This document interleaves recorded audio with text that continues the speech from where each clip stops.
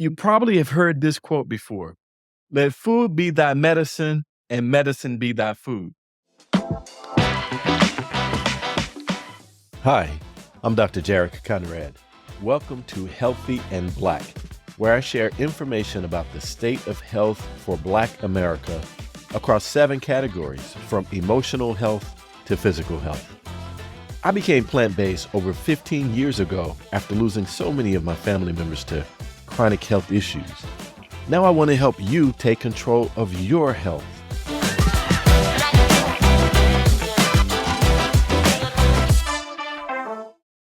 Welcome, everybody. Look, we're at episode 10. We're in double digits now, episode 10 of Healthy and Black. I want to thank everybody who has tuned in for these first 10 episodes, and please share it with your friends. I'm starting to get the hang of this thing. And please share it with your friends, like it, do all that stuff that social media needs for you to do so we can get this message out to as many people as we possibly can.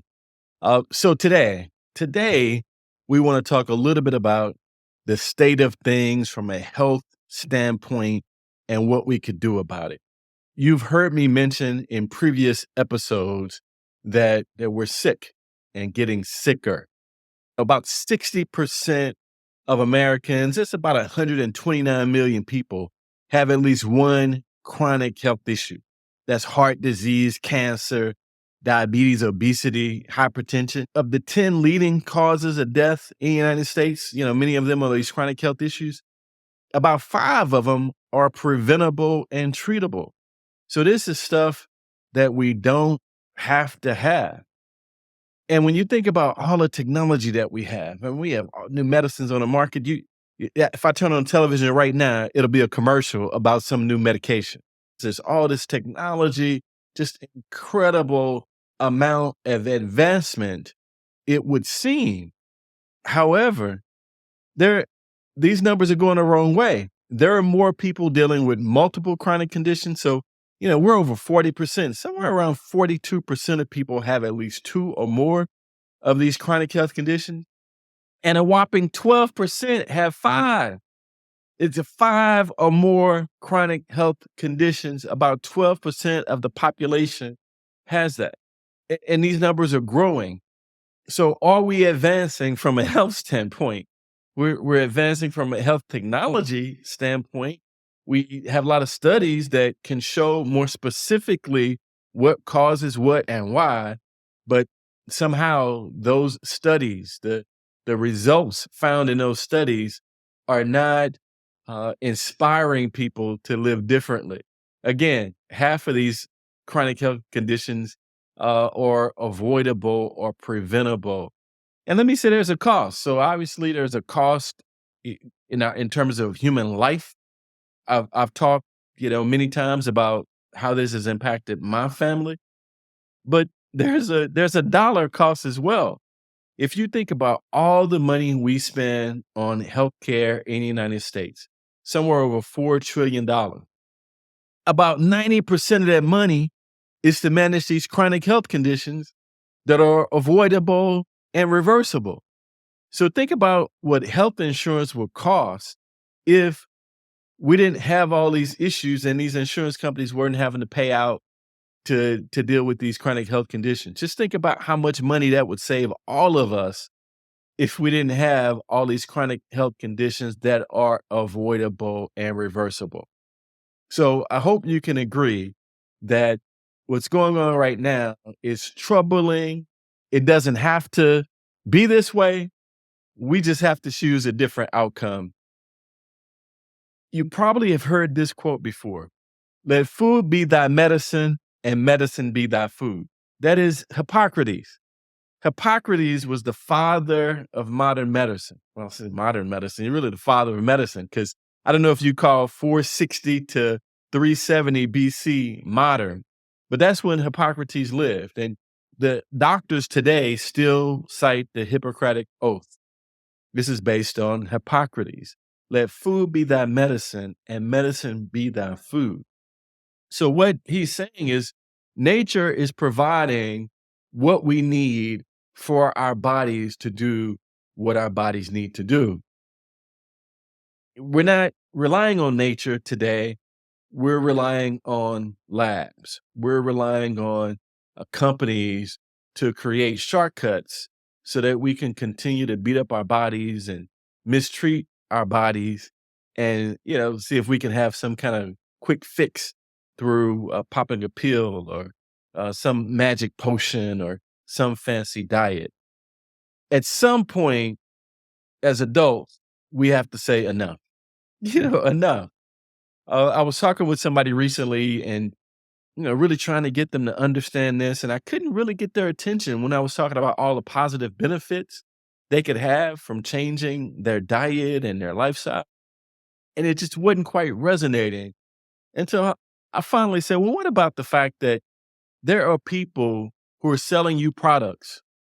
They know these products are harmful for you, and you're buying these products and you're making them rich. They're getting rich on your back. Or they're getting rich where you're going to end up laying on your back in the hospital somewhere. They know that these products are good. So much so they hire lobbyists to make sure that they're not regulated too much. You got to let us do some of these things, even though it's harmful. We can't make money if you regulate us too much. We deserve to make as much money as possible, even though this is hurting people and potentially killing people. Like that angered me when I first sat down and thought about that many years ago. You're going to exploit me for your benefit. And I'm just willingly going to walk along and give you my money to digest these toxins that are going to impact my life in a very significant way. You're selling me stuff that you probably don't even eat because you know that it's not healthy for you. So maybe that might, cause you to step back and say, well, wait a minute, enough is enough. I can't change the whole game, but I don't have to be a pawn in the game. Like I don't have to be manipulated for somebody else's benefit. So that's the point that I'm hoping that we can drive home to people who just don't see the positive side of this, which I think is very strong argument, right? You feel good, you look good, you increase the likelihood that you can avoid these chronic health issues, and you increase the likelihood that you can have a longer life and at least enjoy the time that you're here if there's no guarantee on how long you might be here. So that's the argument. I could get into environmental reasons for eating right. I could get into animal rights reasons for eating better. And there are lots of reasons. Pick your own. Whatever is the reason for you, I'm fine with it. But let's talk about how we can make these changes if we are indeed interested in making these changes. So I talk about these chronic health issues, but let me stop and just talk about just basic life, like how you feel every day. There's a lot of conversation about inflammation. People are reading a lot about inflammation. They're hearing a lot about it, and they want to reduce the amount of inflammation in their bodies. Let's talk a little bit, just on a practical sense, what this is all about. What is inflammation? Inflammation occurs in your body when, like, something foreign gets in your body. It's a virus or a bacteria or some kind of toxic chemical. There's something that is in your body that your body says, like, you're not supposed to be here, or you get some kind of an injury. Your body sends signals, your immune system starts to activate, and whatever that particular area is, there's some inflammation.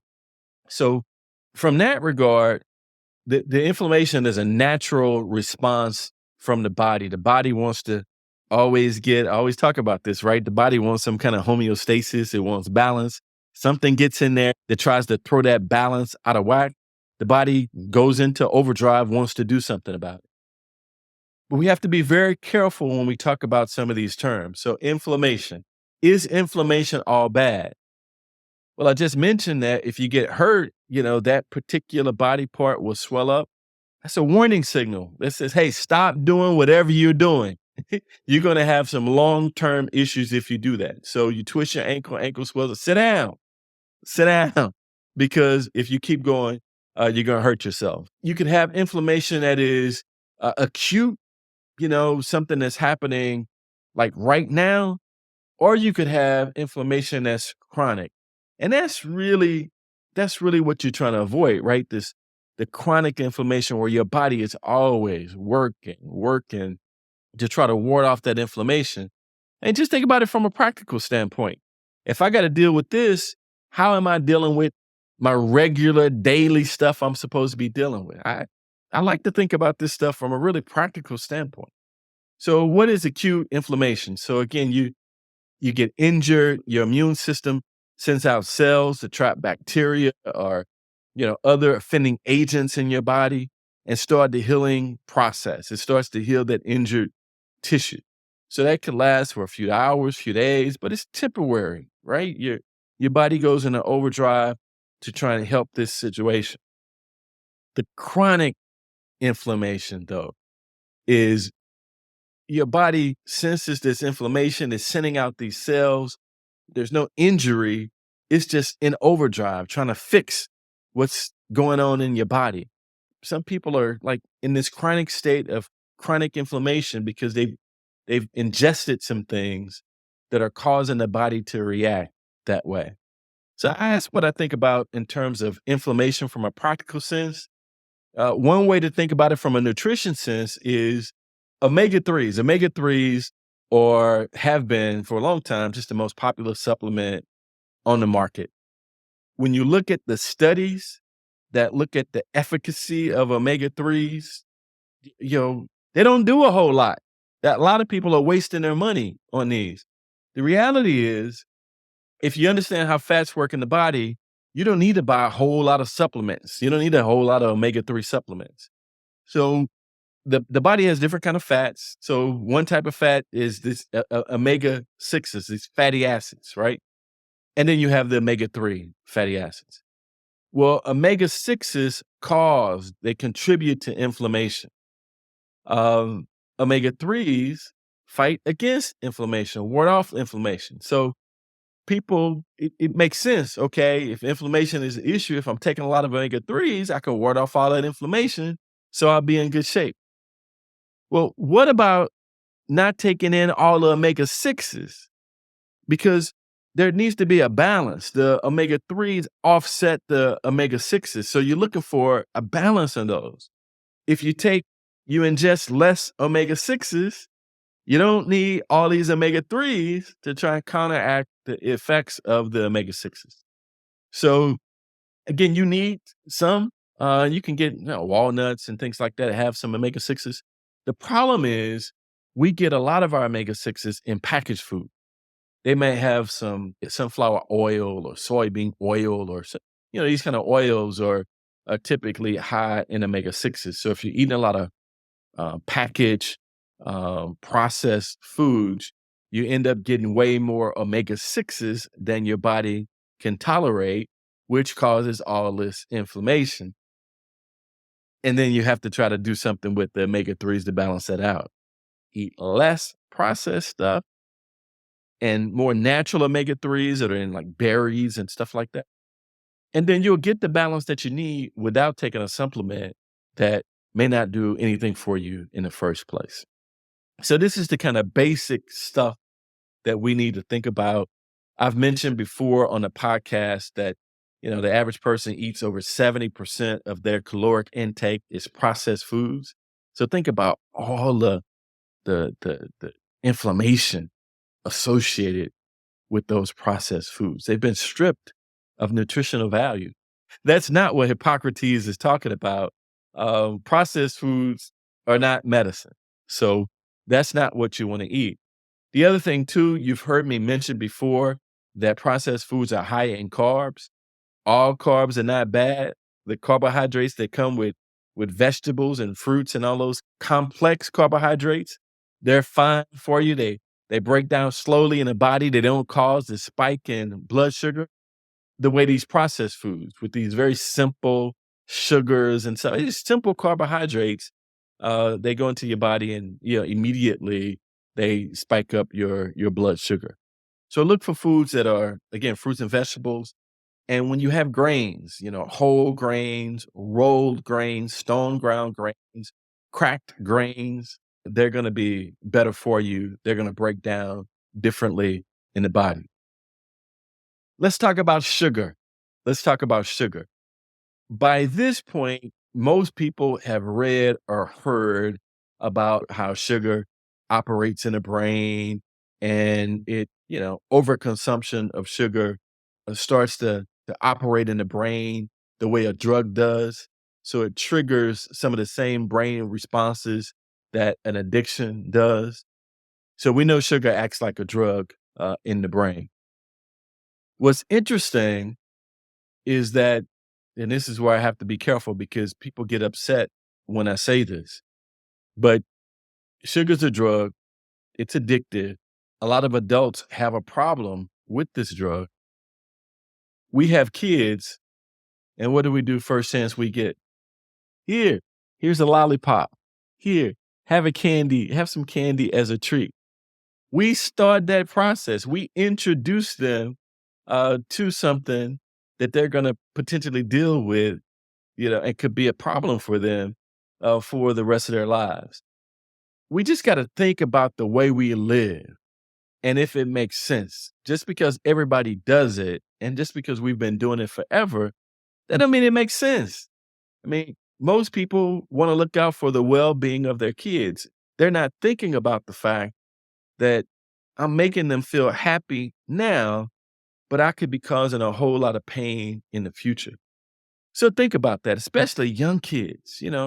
It's kids can barely walk and they're eating candy. Our bodies can't process that stuff right. So certainly their bodies can't process that stuff right.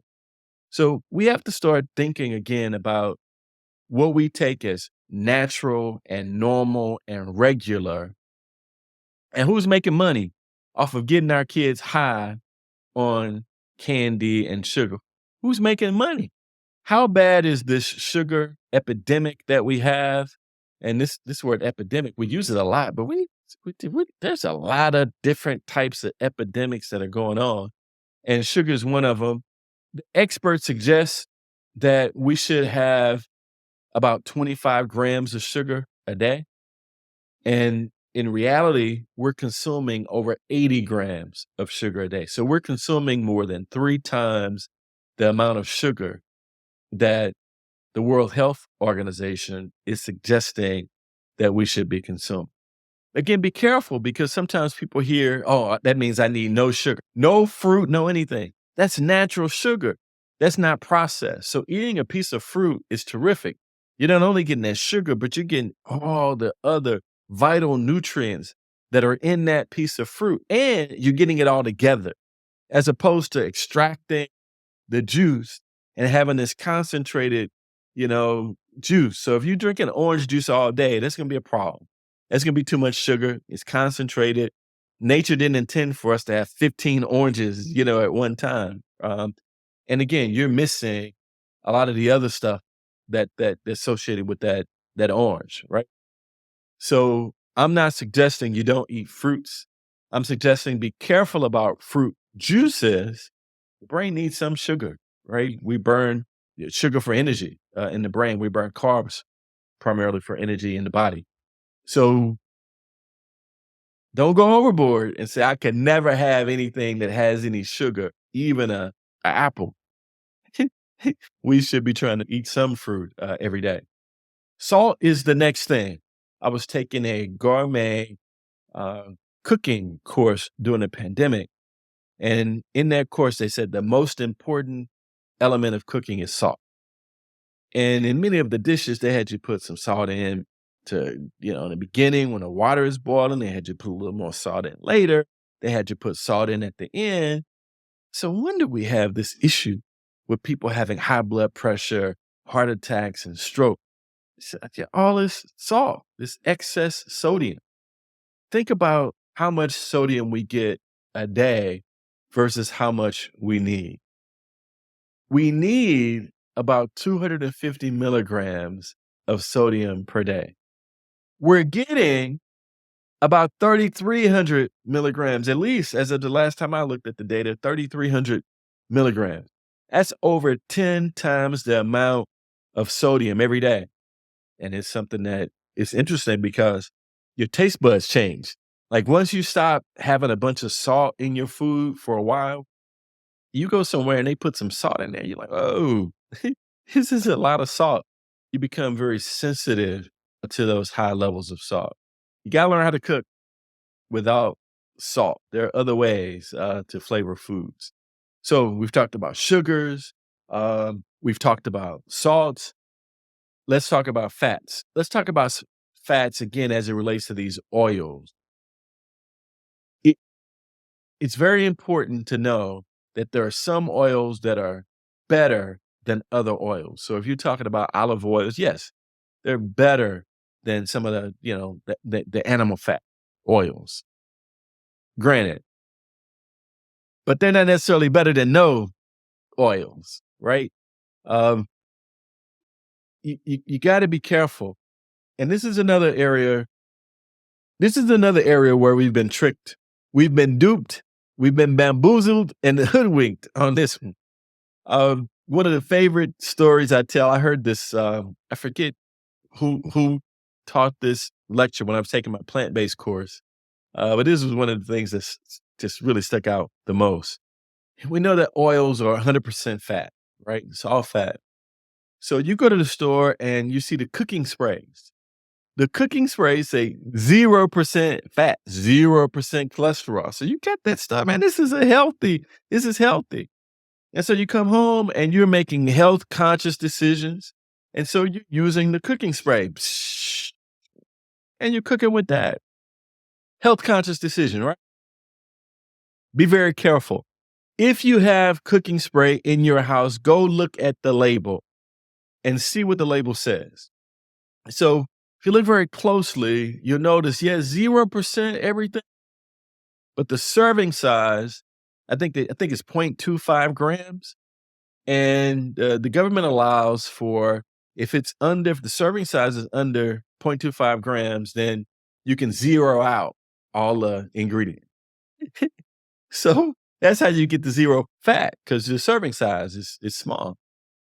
But again, read the fine print. What does it say about what 0.25 grams is? It's equivalent to about a third of a second. Ca- That's all the cooking spray you're supposed to use. Now, who can cook with? No, you cooking it. So be very careful with that. You might have heard me mention this story more than once in the podcast because it's so important. That's the whole idea that, wait a minute, there are a lot of people bending the rules or coming up with creative ways to sell us products that could be very harmful for us. And we don't know about it. We think we're making health conscious decisions. So be very careful, very careful. 100% fat.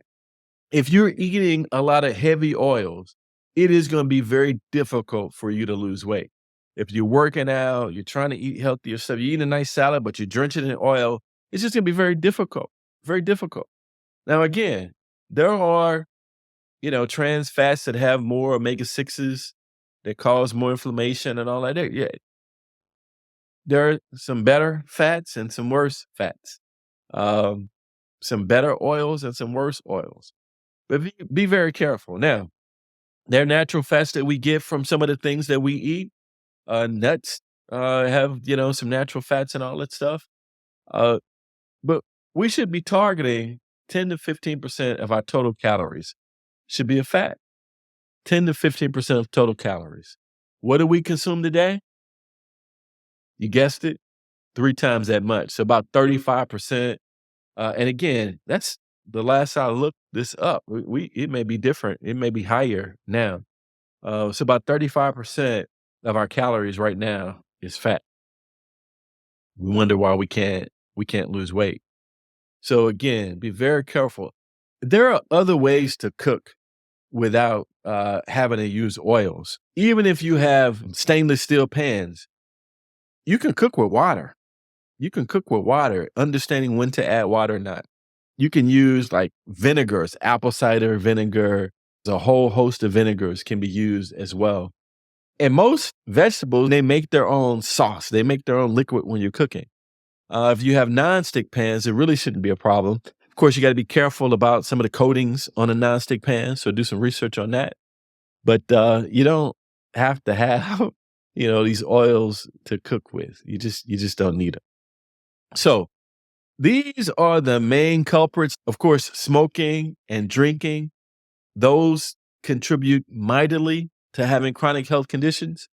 But the nutrition, let food be thy medicine, and medicine be thy food. Now, this is not easy. I sometimes I tell people, oh, it's easy. I don't understand why this is so hard, but I get it. I get it. When you've been living a certain way and you've taken some things as natural and normal and regular, and all of a sudden somebody's saying that a whole lot of what you're doing is not really natural, normal, and regular. I know it seems odd, and everybody else around you is still doing this stuff. I get it. And I talk a lot about letting emotional intelligence be your armor, right? Your self-awareness and your self-regard, your ability to be flexible, your problem solving, your optimism, all these skills, your impulse control, your stress management, all these skills are important to deal with all these arrows that are be coming at you. The holidays with all the temptation around the holiday, vacation and business travel, and how difficult it can be sometimes to get healthy meals. Your friends and family pulling you in one direction. Maybe you're having some cravings. Maybe you're at meetings or conferences or your workplace and they're bringing in a whole lot of food that's bad for you. You go to a restaurant and you can hardly find anything that's healthy on the menu. I mean, there are a lot of traps, right? A lot of arrows coming your way. But again, focus in on that emotional intelligence and mindfulness.